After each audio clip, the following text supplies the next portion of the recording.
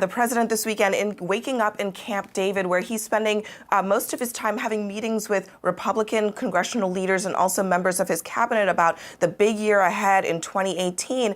But last night, the president really had on his mind this book that has roiled his presidency, roiled his administration.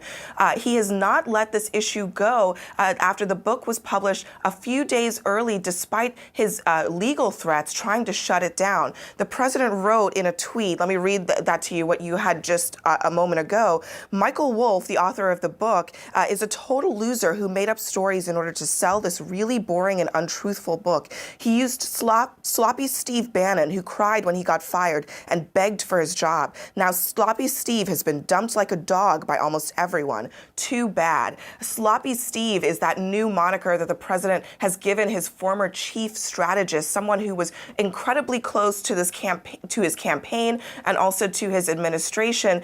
Steve Bannon was recorded in this book making derogatory comments about the president, and afterwards the president really slammed him in a harsh statement, and that anger clearly has not gone away.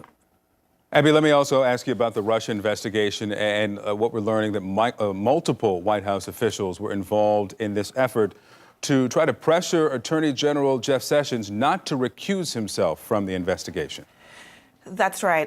This was first reported by the New York Times, this effort on behalf of the White House to pressure Sessions to not recuse himself. And CNN learned overnight, according to a senior administration official, that in addition to the White House counsel Don McGahn, who reached out to Sessions on this issue, he also received pressure from two other officials, from the then White House Chief of Staff, Reince Priebus, and then White House Press Secretary Sean Spicer. Now, this makes it three White House officials who apparently tried to talk Sessions out of the decision that he did ultimately make to recuse himself. And I just want to read the response from Sean Spicer very quickly here, because I think it's important. He said, "For 8 months, the narrative was that I was out of the loop, and now I am part of it. I don't think so." So Sean Spicer here denying that he did anything other than call Sessions about a conference call.